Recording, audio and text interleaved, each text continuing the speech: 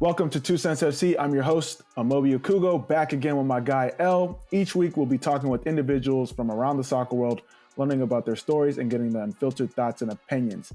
This week, we're joined by social and digital media manager for Charlotte FC, Blair Berry. We'll be getting to know all about Blair, talking about her career and learning about how she and the team are building the social presence for Charlotte FC leading up to their debut season. Blair, thank you so much for coming on. How are you doing today? I'm doing well. Thanks for having me. Excited to be here and, chat with you guys about what we've got going on and just have a good conversation. I'm really excited about it. Oh, most definitely. Well, congratulations. Thank you. Thank you. We're excited. I think some of the 2 Cents sports fans going to be out there. So definitely wanted to support you guys.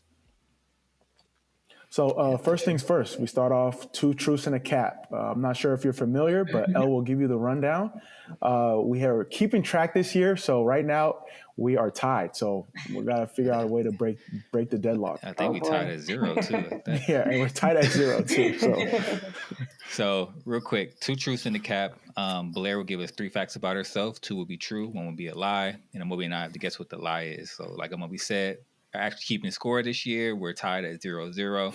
So we're 0 for 2 so far in 2022. So hopefully we can get some points on the board. So whenever you're ready, Blair. Okay, so I am left-handed. I have never played soccer growing up, and I'm bilingual. You came ready with this. Oh, man. Yeah, she came ready with this one. Left-handed, never played soccer. And those are straightforward enough to like go either way also. Yeah. Got to keep the poker face on, Yeah, that's true. Like, well, I'm a lefty, so I'm always rep for the lefties. So I'm going to say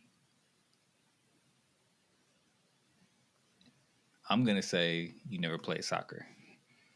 Really? That's yes. Lefties are usually more creative, so digital and brand I could see. I'm picking at straws right now. And then bilingual, maybe you did like a summer immersion or something, or I know we're going to get into it later. Journalism major, so, being bilingual, I feel like it would be a plus to, at least know Spanish or some other language. Yeah. So I'm going with soccer. Do I do the safe bet and pick L so I know if we go down the same ship, or do I go separately and try to go for the win? I'm going bilingual. I don't think you're bilingual. That's the cap. You're right. Finally. Okay. We're calling that off. We don't have to keep score anymore. It doesn't matter now. Man finally got him win. That's Congratulations. Cool. All right, perfect. So let's get into it. When did you fall in love with soccer? So since you have experience with soccer. Yeah. So honestly, really when this opportunity came around, I follow the U.S. women's national team very heavily. And, whenever the World Cup Olympics rolls around, that's when I'm really tuning in and watching what everything is going on. But this is the first time I've really been like fully immersed in soccer and like basically eat, sleep, breathe it with what I'm doing. But it is truly a beautiful game seeing everyone, come from all areas of the world and speaking different languages. And like some of them can't verbally communicate with each other, but they're able to communicate through just playing the game and through body language. And it's just awesome to see. And even when they're communicating, and our team is very diverse. And so like seeing some of the guys try to, pick up on the languages. Like, for example, Jalen Lindsay, he literally has his phone in Spanish because he's like trying to learn it hardcore. So it's just really cool. And you'll see like the guys who speak mostly Spanish talk to the guys who speak English. Like they'll talk to them in English and the English guys will talk to them in Spanish. So it's a really cool dynamic as it unfolds.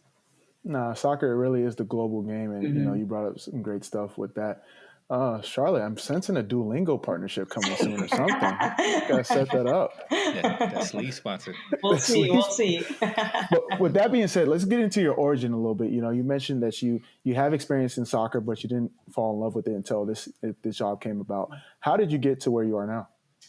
Yeah. So, ironically enough, like going through college, I wanted to do like sports broadcasting type of thing. And it wasn't until after I graduated that I got an internship, and I wanted to do like editorial writing type of stuff. And Mm-hmm. the hiring manager was like, I think you'd be more fit for social media. And I was like, are you sure? Like, I've never ran social media for a brand, like covering sports. I've just like used it personally. And she's like, yeah, I think like give it a try and, see how it goes. And like, you'll still be able to write and do, that on air stuff as much as you want, where the opportunity fits. And from there, I fell in love with it. It was with Sporting News. And so I kind of got to cover a lot of big events in that 8 months or so that I was with them for that internship. I covered a couple Panthers games. I went to NBA All-Star that year. It was the year that it was in Charlotte, ironically. And just a lot of big moments that I was able to be a part of.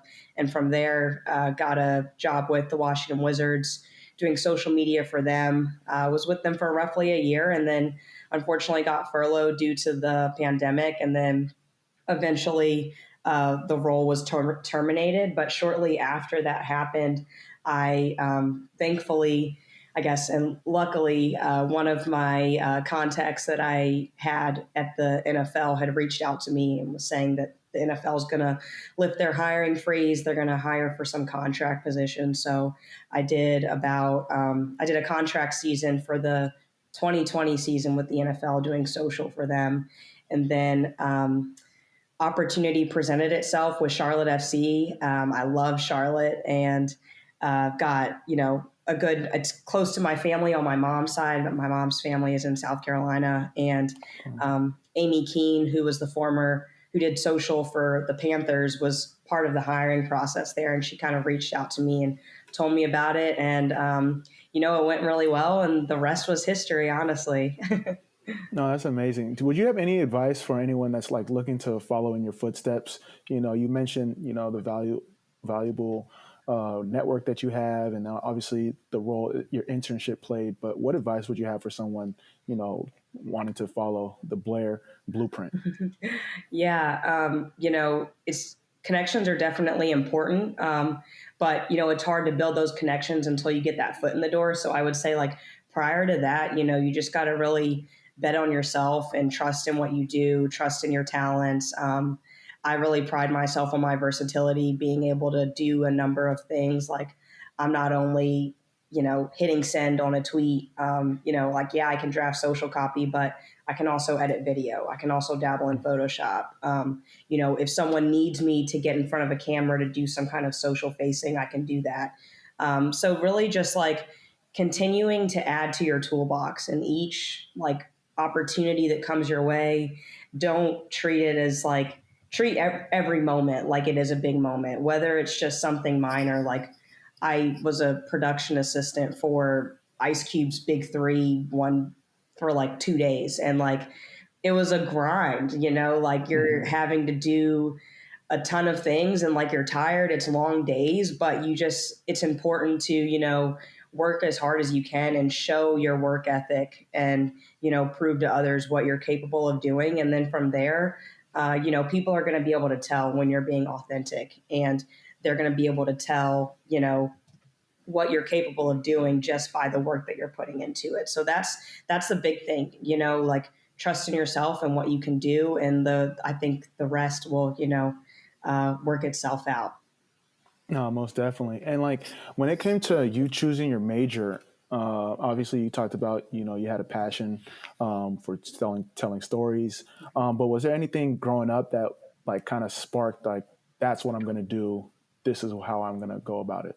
Yeah. So ironically enough, I didn't have my goals. I wasn't one of those people who had my goals set on what I wanted to do at a young age. It was very much just kind of trying to figure it out. I knew I wanted to work in sports. That is something that I have been always very passionate about. My family has been very passionate about. And so it was kind of like, oh, I want to work in sports, but I'm not sure what exactly that is that I want to do. And then when I got to college, I went in majoring in sports studies with a minor in communications. And I quickly realized that a lot of the classes that I was taking was more of like a sports management, marketing type of role. I shouldn't say marketing, but management, sports business type of role. And I was like this is cool, but I don't know if I love this angle. And so I ended up flipping it and majoring in communications because I realized the classes that were required for a minor, it didn't even scratch the surface of what I wanted to do from the communication standpoint. So switched over to majoring in communications with a concentration in journalism. And that was really where, I quickly realized that I do love storytelling, and working in social media is essentially storytelling. You just have to do it in a much shorter and concise way. And the news judgment for what works and what doesn't is almost more challenging, but I really enjoy, that aspect of it. And, you can kind of, with all the different platforms now, I mean, there's really, there's something fit for each platform, whether you want to be super short and only hold someone's attention for 15 seconds, or you want to do like a short documentary. Like, there's platforms for all of it, which I think is very fascinating.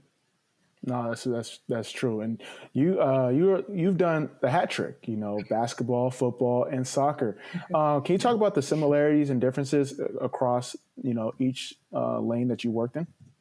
Yeah, no, that's a great question. And it's funny you say that, because when I left the NFL and I put in my notice, the VP of social was very much, he was like, you will have worked in 3 different leagues in a year. And I'm like, yeah. I was like, but like, that's not like on purpose. It's just kind of like things have fallen into place. And it's not like I'm somewhere for 2 seconds and trying to leave.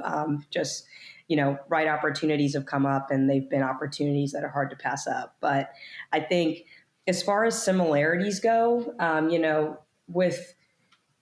it's almost the same. So let's say with Instagram, obviously that's a platform that is very photo heavy. So we try with every, company that I've been, the focus has been like, yes, we can put videos here, but let's remember that this is a platform that is very big on photography specifically. And then for Twitter, that's kind of like your fun place where you can like really, get into it with the memes, and, you can do video, you can do photo, you can mix it up. It almost like houses everything, and everything for the most part does well. And then Facebook is that platform where you can't just fire off anything. You really have to be thoughtful about it. And like, it's a place for more longer form content. And recently we launched our TikTok, and that is something that we're kind of playing around with, seeing what works and what doesn't. That platform is a trick in itself. And I'm only 25, but I feel like I'm like age myself, and I'm like, oh, where are the young people in the office to help me? I'm like, is this stupid? And they're like, if it's stupid, it's probably funny. So like, it'll work. But I think as far as just like those different brands, like all of those categories still are the same. But with the differences, I mean, obviously each platform has a different audience that they're appealing to. The NFL being the biggest one, because that was just a national stage. It wasn't one specific team where you had to focus on just that region and like hope that sometimes things would go viral. Like with the NFL, just about everything could go viral because of the audience that's following it. And then with the Wizards, we really wanted to tailor into that, DC, like gritty type of feel where, the product on the court very much represents also the product throughout DC, Maryland, and Virginia. And then with Charlotte FC, this is something we're still very much figuring out. The city has never had a soccer team, or an MLS team, I should say. And so really trying to tap into not only how we can because we know we've got the diehard fans, but how can we get that casual fan and get them on board with, wanting to be a part of what we're building here, and essentially be a part of the party, because, we're big on saying, are you ready to party, due to our owner. So that is something that we're really trying to, dabble in, and, get as much people on board as possible, and show them that this is a very exciting game and exciting team to follow and be a part of. That's amazing. Does it change the social campaign strategy? So, you mentioned NFL, big juggernaut, everything has a chance of going viral. Washington, you're trying to fit the culture. Charlotte, new team. How does that change the social campaigns that you are doing or have done in the past? Yeah. Honestly, like it's nice because not only with myself, but my team, we all come from different backgrounds and different leagues. And it's really nice because we can all kind of tie in things that we've done across other leagues and other teams that have worked well and really be like, hey, let's try this out. And, we've got a big following, but we have that room to, take risk. And if things don't work, it's like, oh, well, moving on, next thing, let's see what else we can do. But it's nice too, because we can kind of be like, oh, we don't really see other MLS teams do this, but like we see, this NFL team or this NBA team do it. Let's try it out and like be different and, really try to get away from just like, I guess, the norm of what it's so easy to fall into a cadence of like, this is what everyone else is doing. So let's like do that. And it's like, let's do what everyone else is doing and then some and like more than that. So sorry, I know I rambled there a little bit, but did I answer your question? No, definitely. And there's no such thing as rambling on 2Cents FC. We keep it Don't unfiltered. tell me that. We keep it unfiltered. So this is great insight. I love it. You're with Charlotte FC now. First game's around the corner. Talk about your role specifically with the new organization and how you guys are growing. Yeah, I am involved in a little bit of everything. Yes, I'm handling, the social media posting, but also dealing with the content strategy and, figuring out like everything that we do, we want it to be meaningful and we don't want to do it just to check a box. So making sure that we're, doing everything to the best of our abilities and as right as we can and, building those relationships with the coaching staff and the players and, showing them that like they can trust us, like we are here to make them look good and we're not going to put anything out there that's going to put them in bad light. So just building that trust, that's a big thing. Just working with any team, any league. And that's kind of a bit of just what I'm doing, but also I'm overseeing like everything that's going on social. I'm the person that's kind of being like, yes, no, I need this changed. I need this subbed out, but I'm very big on, if there's something that I don't like or don't agree with, I'm very big on not just being like, I don't like this. Let's like figure it out. Like I want to offer a solution and be like, hey, I not sure I like this shading on this graphic, but what if we try and do this instead? Or the audio was a little rough here. Let's try and smooth this out a bit. And I don't want to be that person that's like, oh, I don't like it, but you can figure it out. Cause I've had that kind of feedback before and it's hard because it's like, I can't read your mind. I don't know what you want. So sometimes I'll get with my teammates and I'll be like, I don't know how I feel about this, but I don't know what we could do differently. Like, can you help me out here? Like if there's something that I can't think of.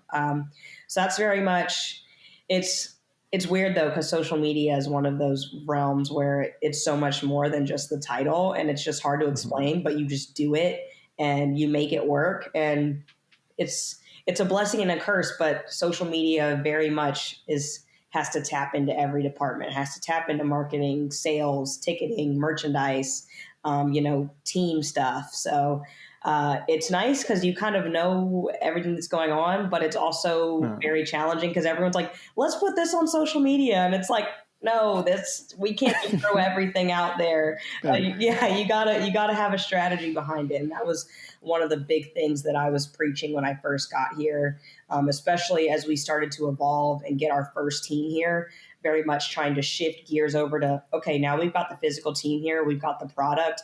This is where our focus needs to be rather than just, other things that we could focus on because we didn't have the actual product here. That's amazing. I definitely have a follow-up question to that, but I want to ask you because you mentioned Charlotte, being MLS. How do you build out the brand and like the voice of it starting out? NFL has a history, 100 years, Washington, 20 plus years, but this is year one.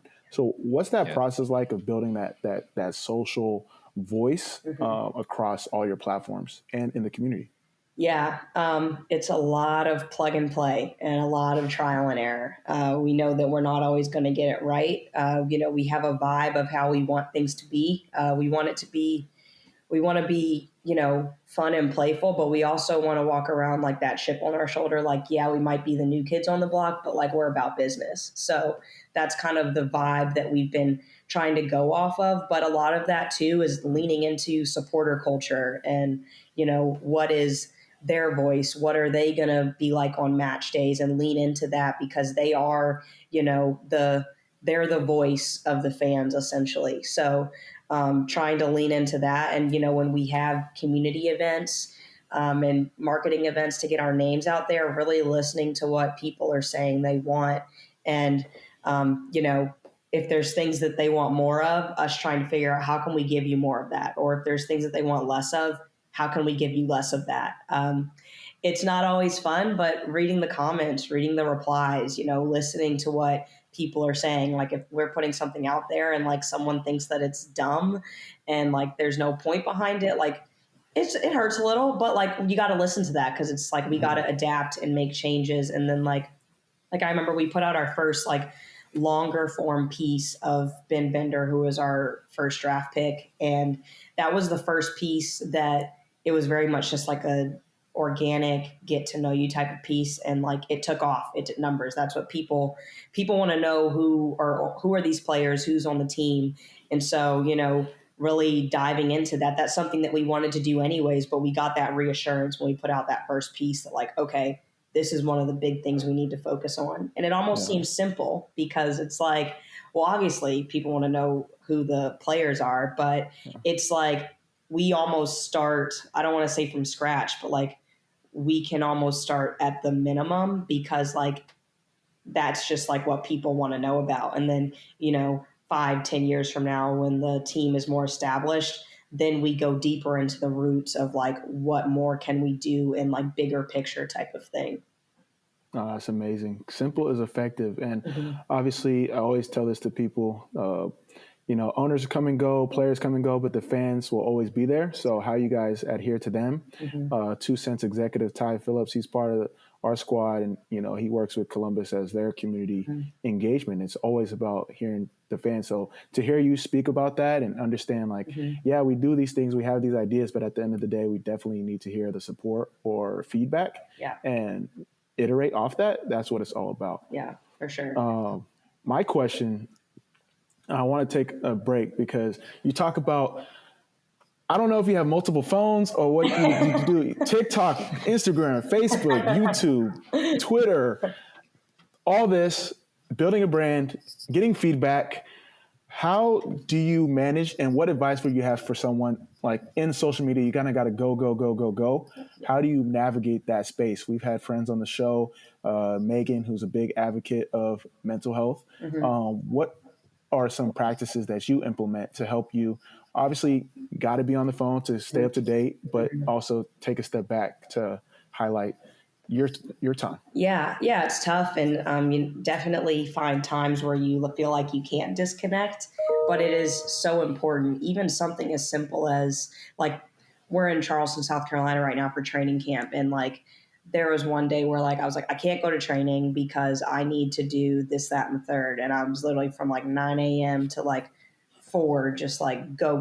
And I was like, I need to take a step back. And something as simple as just like going on a walk or like reading like a few pages of a book or, things like that, like trying to take away from that screen time to, just give yourself that break and almost disconnect a bit, because it also helps with just like your creativity. Sometimes when you're just staring at the computer, staring at the phone the whole time, you almost lose your creative juices when you do it nonstop. So like taking that step back and then like taking that breather, and then the next day or 3 hours later, you might have an idea come to your mind. You're like, yeah, like let's execute it. But it's definitely challenging, but it's important and it's necessary. And, working in social media, it can take a toll on your mental health because like, you're seeing what people want you to see, and like they're putting out these things, and like you may see people on extravagant vacations or at that concert you wanted to go to that you didn't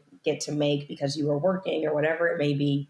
But I think it's just really important to, separate that balance, because it's almost too like you're probably only putting out what you want people to see. Like people might see that, oh, the one off day that we were in Florida, I went to the beach, but like they didn't see me working like 10, 12 hours throughout the day trying to crank out things that were not only going on at training camp, but were going on back at the office that I had to tend to. So it's super important. And it's funny that you asked that question, because one of our graphic designers, I sat down with him in the office before we headed down here. And I was like, these are all of the things that I need from you. And I talked to him about, how I wanted the creative to look and the vibe I wanted it to give off.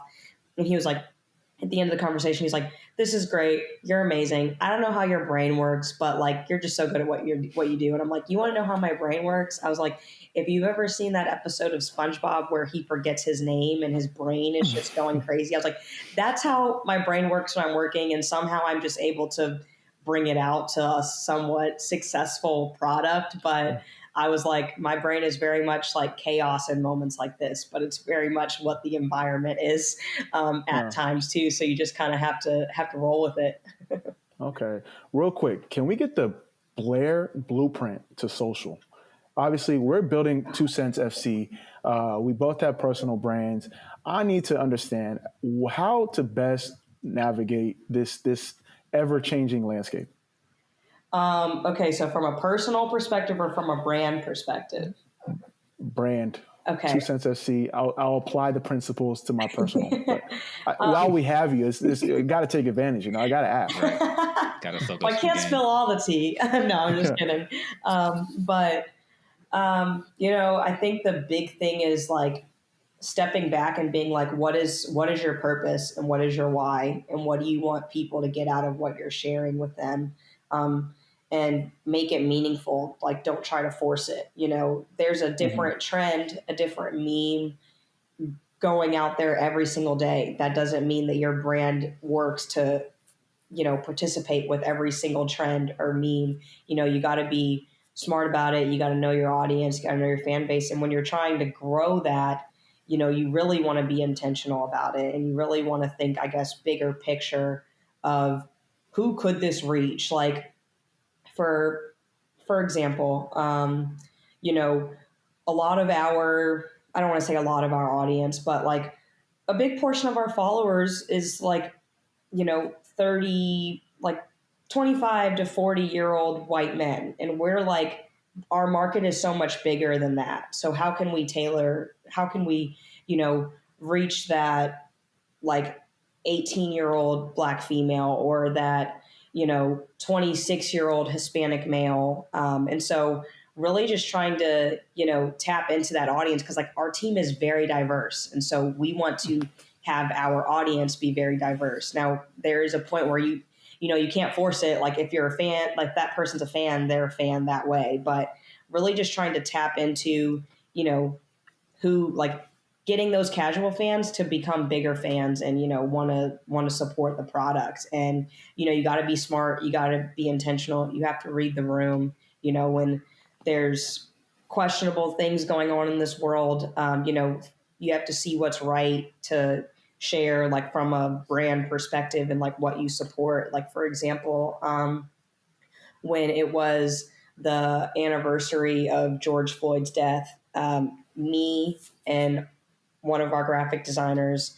we basically drafted something up. We got our team president in the office and we're like, we think we should share this. And he's like, okay, why?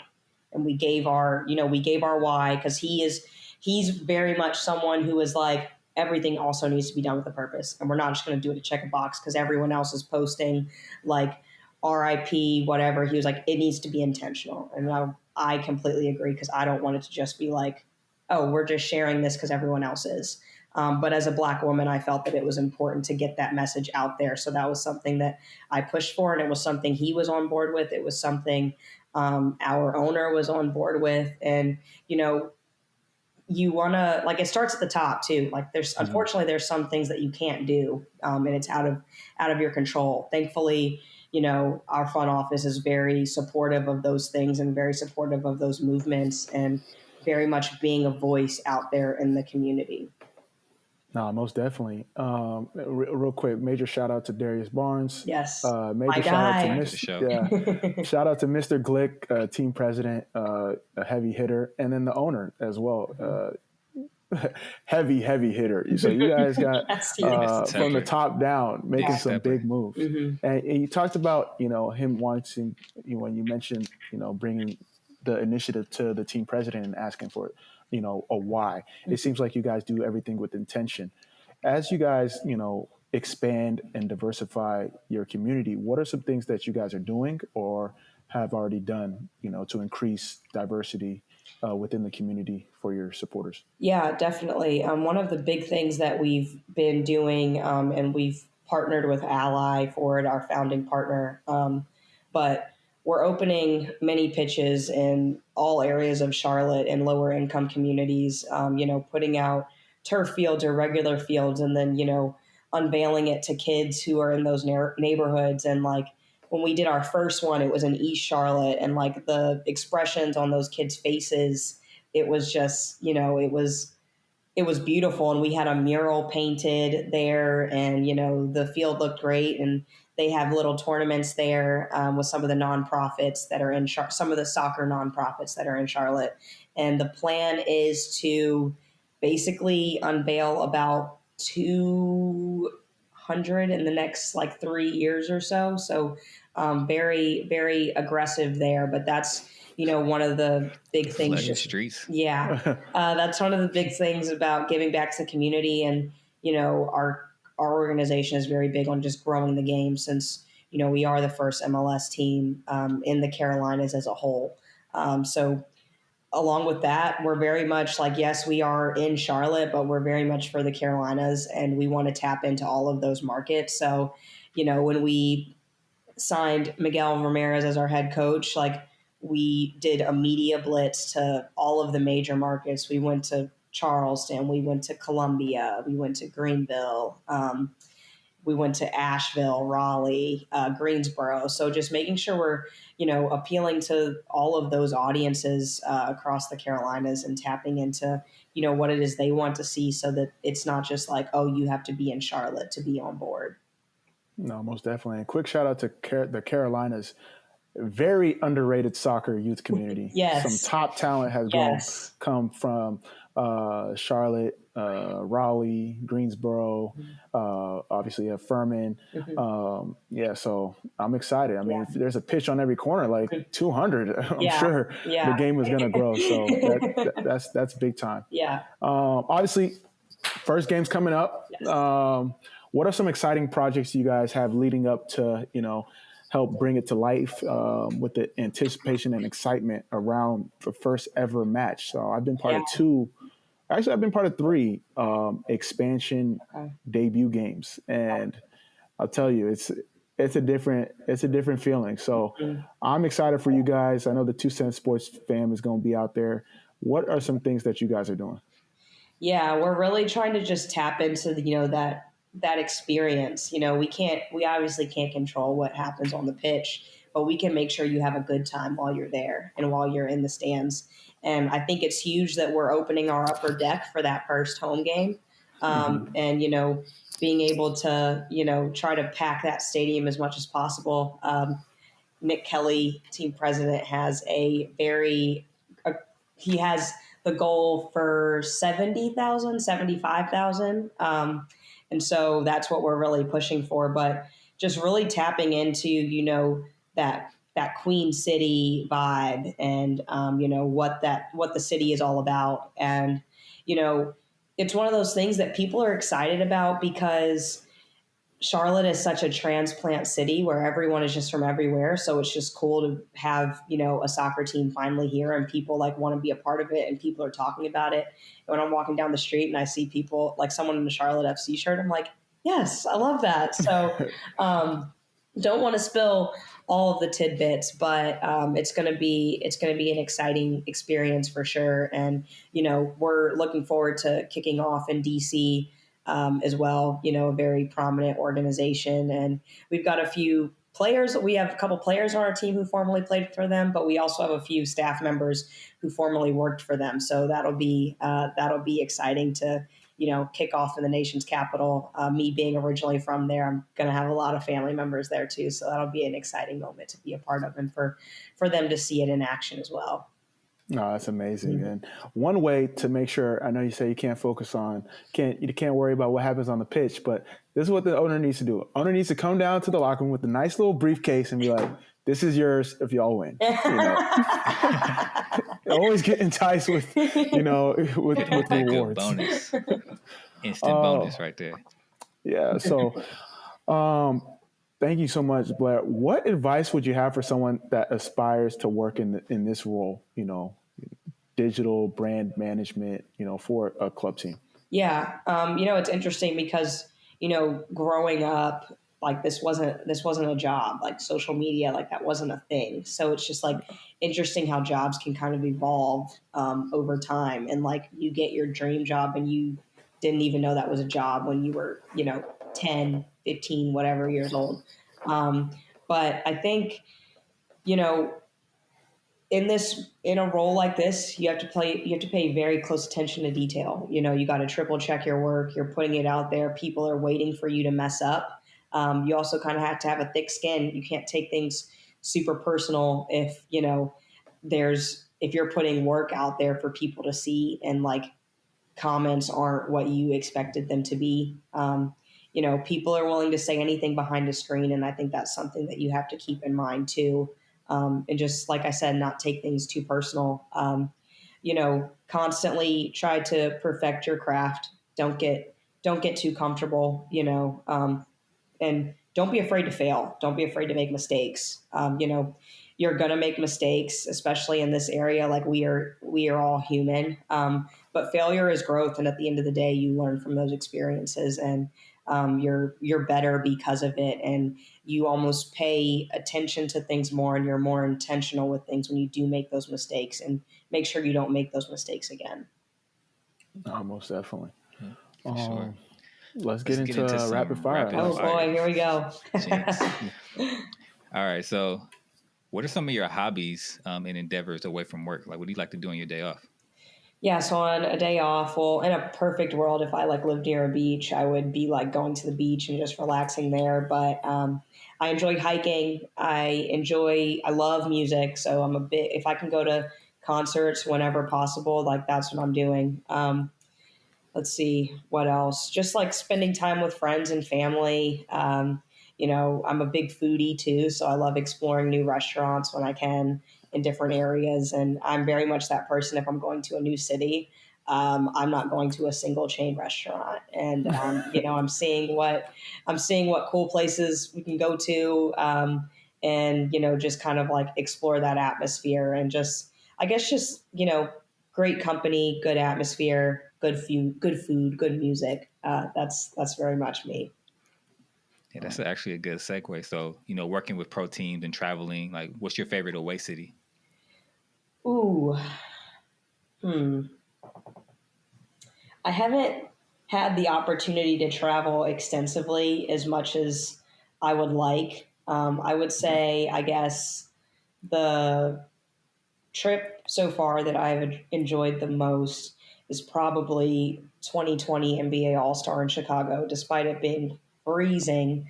It was just a really, really cool experience. And that was kind of the first time I really got to, have a travel experience and be a part of a big moment like that. And that year, it was, the year that Kobe Bryant had passed away a month before. So being able to see that,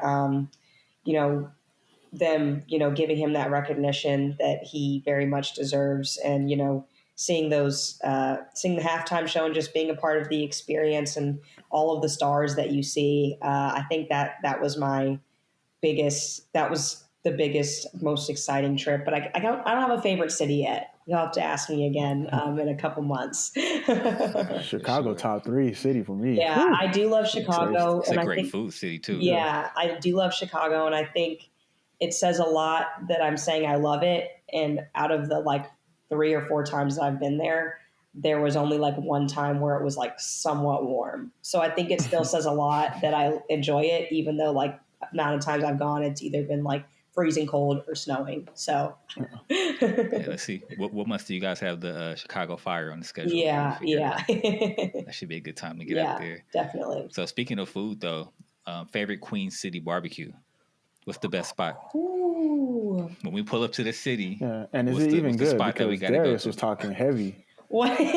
Well, what did Darius say? I'm curious. He said he's top barbecue out of all the regions. So I honestly want to do some more exploring on barbecue in Charlotte, but one of my favorite places so far is Plaza Midwood or Midwood Smokehouse. Sorry, Plaza Midwood is the neighborhood that it's in.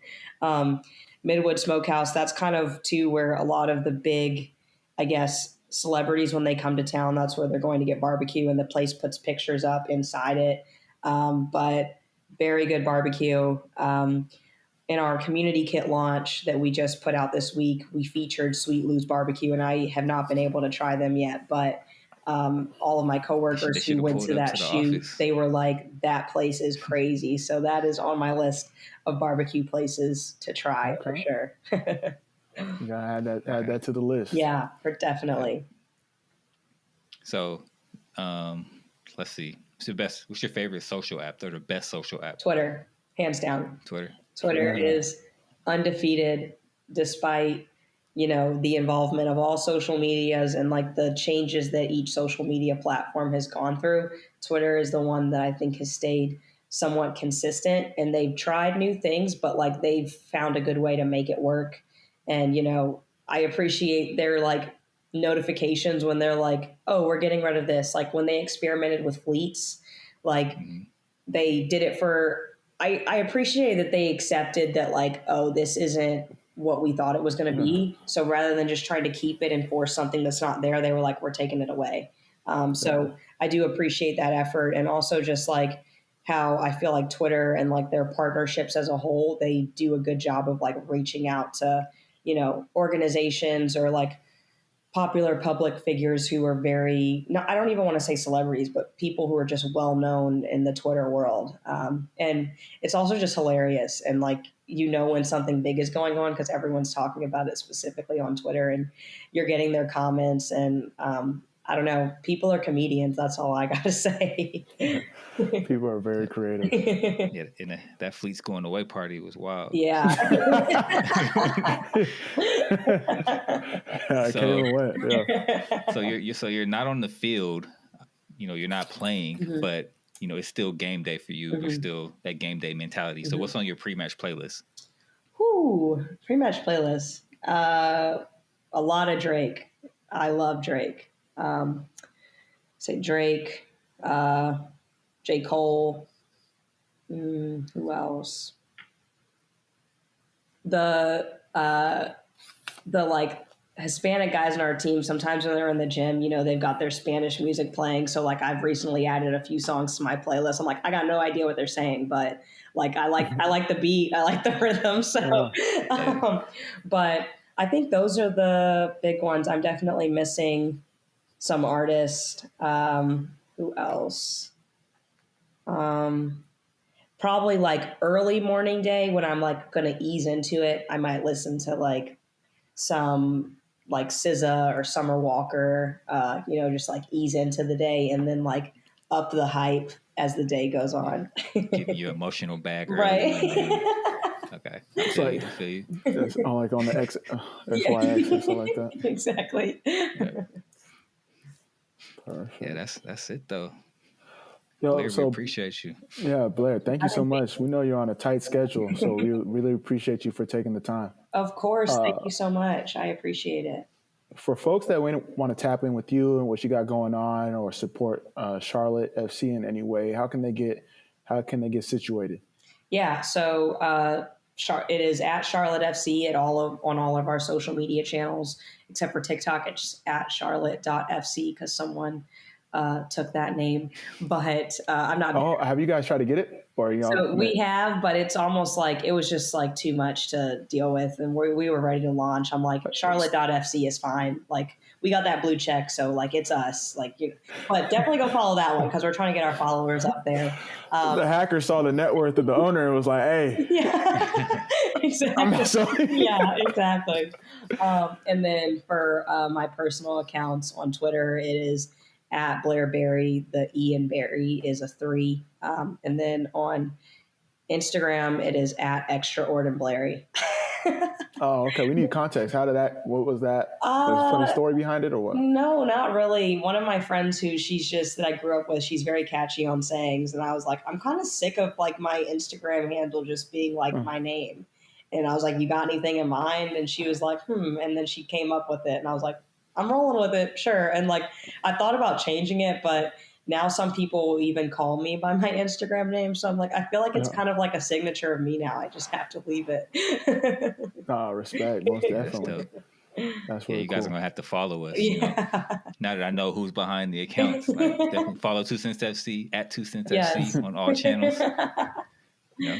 For sure. Shameless plug there. Yeah, I love it. So thank you so much again.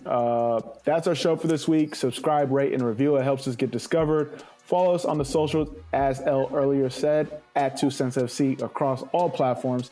Check out our merch at 2centsports.shop. And if you enjoy the show, consider dropping a donation using the link in the description. It helps support the costs associated with the show. It helps us get continued wonderful guests like Blair, and it helps us grow. So lastly, tweet us your comments on the show, any topics you want me or Elle to discuss.